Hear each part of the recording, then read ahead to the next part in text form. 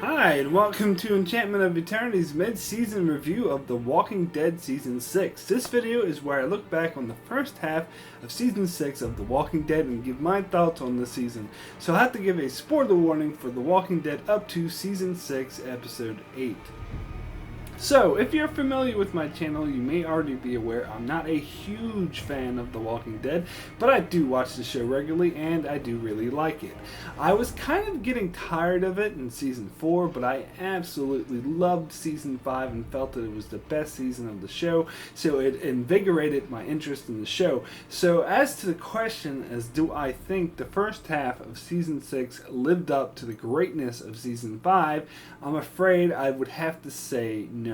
And overall, it seemed I did have a much lower opinion of Season 6 than a lot of people did that seemed to sing its praises a lot. To me, the show started to fall back into some of its old habits that made me not like the show in the first place, and making me feel disconnected from the characters, and overall make me feel that the show isn't going anywhere. And I felt Season 6 had too many in-jokes just for comic book fans that weren't open to a wider audience. However, that's not to say I didn't enjoy Season 6. I still felt it was of a higher quality than some of the previous seasons, such as Season 2, which I didn't appreciate at all. I just think it was a slight dip in quality from Season 5. So, we start off the season with First Time Again, which I think is a prime example of how others enjoyed this season more than I did, as many people seem to love this episode, where I didn't think as highly of it. I mean, it was alright, I didn't hate it, I just wasn't as invested in the whole herding walkers thing as many others seemed to be, and I was kind of sick of the Alexandria people acting like idiots. And the group of Alexandrians, the people led by Heath seemed so contrived. It was just so obvious that they just thought up of these guys for Season 6 and came up with an excuse of how to introduce more Alexandrians, and this does not at all fit with what happened in Season 5. And this is what I'm talking about in-jokes with the comic book fans, is apparently Heath is a character from the comic books, and it just seemed so fake how they introduced him. Anyway, I'll have to go back and watch Season 5 again because I don't even remember some of these characters, the characters like Ron. I thought Sam was Jesse's only son, and for that matter, I didn't remember Spencer. I thought Deanna's only son was that asshole dude who Nicholas let die last year. I guess my memory isn't very good of The Walking Dead, but that leads me to my next complaint. There are far too many characters in the show right now, or at least in this episode in particular. I think that was a major factor of what hindered my enjoyment of this episode in particular, was I wasn't invested in any of the characters because there were just far too many. And most of the Alexandrians just seemed like generic idiots, and Rick, well, he's just awesome. Also, I didn't like the format of the flashbacks in the black and white and present time and color. That kind of annoyed me, and I think that the story would have been much better off told in a traditional linear fashion. That being said, this was still an amazingly tense episode that set the stage for how the rest of Season 6 would go down, and I felt that the ending with the horn going off and the walkers being drawn to it was amazingly tense and a great cliffhanger. So my rating for First Time and Again is a 7. Very good. So next is JSS, the episode where the wolves attack. This was the group of people who were shown at the end of Season 5 whose goal seemed to be to kill everyone they see. They see it as some sort of liberation. This frankly is the episode I was waiting for, as to be honest, I'm less interested in our characters fighting walkers as I am in them fighting other humans. And I felt Season 5 ended ominously, hinting that the wolves found Aaron's pack and knew all about Alexandria, so I was a bit disappointed that this wasn't followed up in the premiere. However, I thought it was great that the wolves ambushed them while their A team was out dealing with the walkers, leaving the B team to handle them. But of course, this included Carol, who is a total badass and finally broke her facade to show off how much of a badass she actually is. And then there was Morgan, who was total kick-ass, but had this no-killing policy. You know, I like how this episode started with a flashback from Enid, and we got to understand her character a bit more, and I felt her sort of mentality of not getting connected to anyone really worked, and I liked the way this played out with Carl and Ron. This episode was just amazingly intense, but between this episode, the last one, and the next one makes me wonder how many Alexandria people are still alive, because a lot of them died. But hey, I was complaining there were too many characters. But, you know, that's something I really loved about this episode, is that even though it was action-packed, unlike the first episode, I felt really connected to the characters and felt like I was following the journeys of Carol and Morgan and Carl and Enid and Jesse, and it made me empathize with them a lot more. So overall, I say this was a top-quality episode and a great example of the best of what The Walking Dead can do. So my rating for JSS is a 10. The best. So next is thank you. Okay, so I had a huge problem with this episode. I'm not going to beat around the bush here. I'm just going to cut straight to the chase and talk about Glenn's quote-unquote death.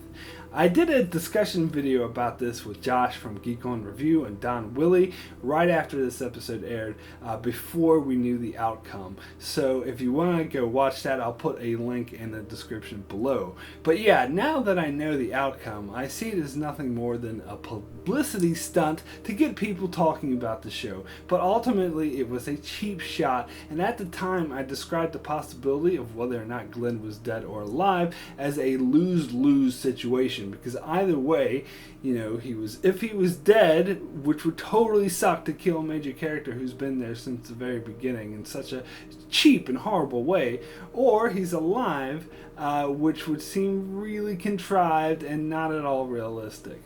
Ultimately, I think they chose the lesser of two evils by having him alive, which is what I'd prefer, but it kind of puts the ending of this episode that, you know, makes you think Glenn's guts are being ripped out as a ridiculous fake out that's, you know, was done simply to get people excited about the show and put people a flurry on the internet, which it did.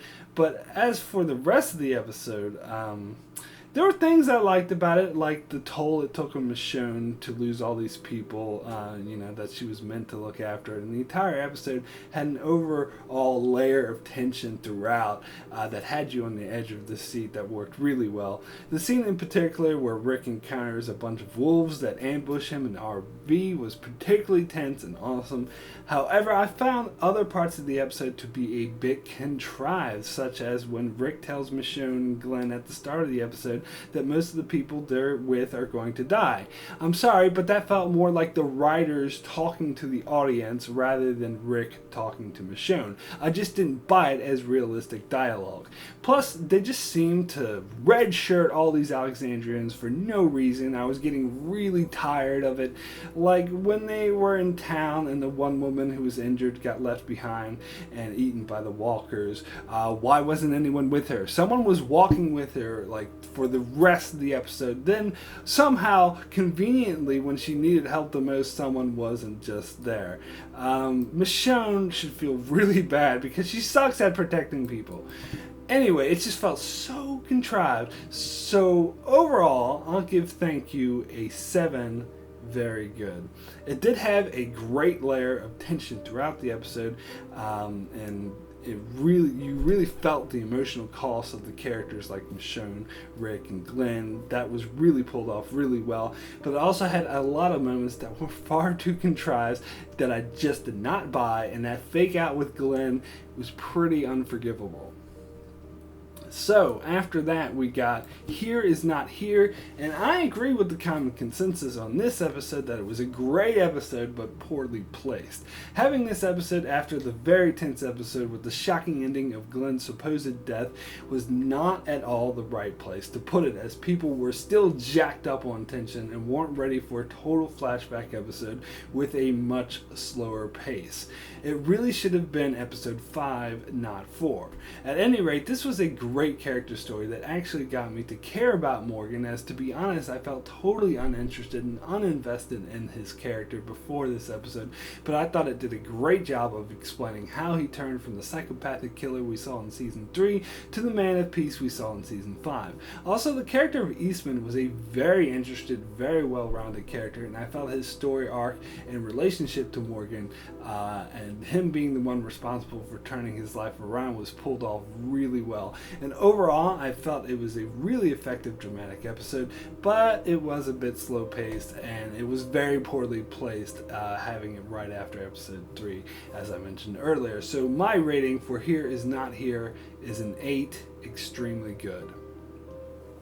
Next was Now, which again, I went against the comic consensus because I didn't think this episode was as bad as many others seemed to think it was. Sure, it was more slow-paced than most episodes, but I felt it had a beautiful sense of tension throughout, and it was the breath of fresh air the current storyline needed after the non-stop action of the first 3 episodes. It was great to see how the people of Alexandria were coping with being surrounded by walkers, and Maggie dealing with the potential loss of Glenn, and Aaron dealing with the guilt of leading the wolves to Alexandria. Overall, a decent character story.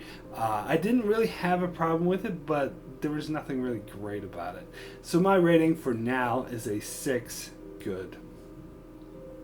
Next was Always Accountable, and this episode, more than any other, I think was guilty of being the in-joke for people who've read the comic books. Which is a shame, because really, the show should stand on its own 2 feet. You should not have to read other material in order to enjoy the show. If a story can't stand on its own 2 feet, then it's a failure, which this episode most certainly was. As I don't know who the fuck Dwight or Negan are, so I don't give a fuck that this episode was making references to them, and I'm not excited at all about it. And on its own, this episode was boring as hell. It's the type of boring storytelling I was hoping The Walking Dead moved past, but we still get from time to time. I felt the storyline with Daryl encountering those 3 people had potential, but the ending was pretty dumb, as the woman just died in a stupid way, and then those other 2 just portrayed Daryl for no good reason. And this new group, who I know from comic book readers are called the Saviors, seemed obsessed with possessions. Honestly, it just seems like another variation of those claimed people from season 4, and I'm not at all interested or excited about them in the slightest. And the whole implied romance between Abraham and Sasha, please, that's the cheesiest no chemistry forced coupling I've seen on TV since Chakotay and 7 of 9. Just don't even go there. So my rating for Always Accountable is a 3, very poor. So next is Heads Up. So first off, this is the episode we learn that Glenn is indeed alive. The scenario went down as many suggested, that the guts we saw being ripped out weren't Glenn's but Nicholas's, who had fallen on top of him, and then Glenn scooched under the dumpster for safety. I'm not quite sure what drew the walkers away eventually, but whatever. Glenn survived, and as I said, I'm happy he's alive, but the whole thing does seem kind of like a huge cop-out to me. But oh well. However, I do think this is another episode I like better than the general consensus, because although it was a bit slow and mainly a setup episode, I thought there were a lot of great character interactions in this episode. I love the interactions between Glenn and Enid, where we got her mindset and Glenn was showing her tough love and wasn't putting up with her bullshit. Makes me realize why I like Glenn so much and why I'm glad he's not dead.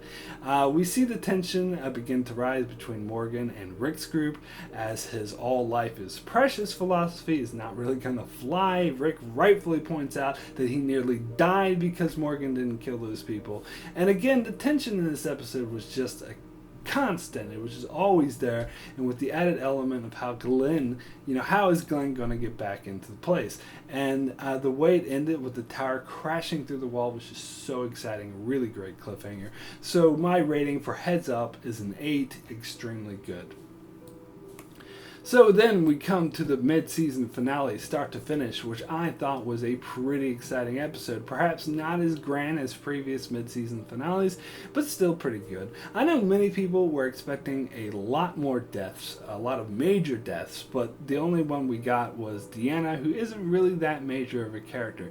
Personally, I'm very happy with that because I had enough of major deaths, and I thought they handled her death very well, kind of with the passing of the baton to Rick, and she insists that they're all your people now. It was quite touching and convincing, and again, this was another episode where tension was high throughout.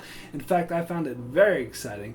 I heard another reviewer say that the scene where Maggie was climbing up the ladder to escape the walkers had no tension because you knew Maggie wasn't going to die, and I couldn't possibly disagree more. I felt that scene was very exciting, and I knew nothing of the sort because it's the freaking Walking Dead we're talking about, and if it's proved anything, it's that it's not beyond killing anyone. The fact that she's pregnant doesn't give her a pass. It seems just like something The Walking Dead would do, make you think Glenn's dead, but then kill Maggie instead, even before they have a chance to reunite. But thankfully that wasn't the case, but I was on the edge of my seat for that scene, and granted, I did find the whole storyline with Ron trying to kill Carl a bit cliched, but it was alright. While I loved the tension between Carl and Morgan and getting to see them fight was awesome, the way it ended with the wolf getting away was so predictable and far too cliched. I hated it because this show has been drilling into our heads over and over and over again that if you show mercy, it will come back to bite you in the ass. It would have been nice if they actually went in a different direction instead of doing the same shit over and over and over and over again. Plus, what really annoyed me was when Rosalita and Tara came in with their guns and they just simply lowered them when the wolf asked them to. This is a cliche I see pulled off in far too many TV shows and movies, and it bothers me every time because once they put their guns down and give them to the wolf, they've given up all their power. They've given him all the power. Before that, it's a standstill. The explanation is supposed to be that they don't want him to kill Denise. But once they put their guns down, there's nothing to stop him from killing her anyway, and killing all of them for that matter. In fact, I think it's completely out of character that he didn't just do that. That's something I really liked about the show Lost and the character of Jack Shephard, because they never played into this cliche. If Jack was ever in this situation, he'd just be like, screw you, I'm not putting my gun down, which is exactly how Rosalita and Tara should have acted, but oh well, they needed to move the plot forward, I guess, so they just fell back to these ridiculous TV cliches. It was just so contrived. But I really liked how the episode ended with the cliffhanger of Sam freaking out and calling for his mother, which will likely attract the attention of the walkers. It's a great cliffhanger. But I do wonder why Jesse didn't just shush him or do a shushing motion. Surely that wouldn't have attracted the walkers any more than Sam calling out for her. But whatever. I could buy that she was too terrified to do that. But, So my rating for start to finish is an 8. Extremely good. A really intense and suspenseful episode, but not without its flaws. So that's it for my mid-season review of The Walking Dead Season 6. In 2016, I'll be doing a lot more weekly episode reviews of TV shows that I'm watching, and this will include The Walking Dead. So I will be covering the second half of Season 6 on a weekly episode review basis. So be sure to subscribe so you can keep up with all that, and thanks a lot for watching.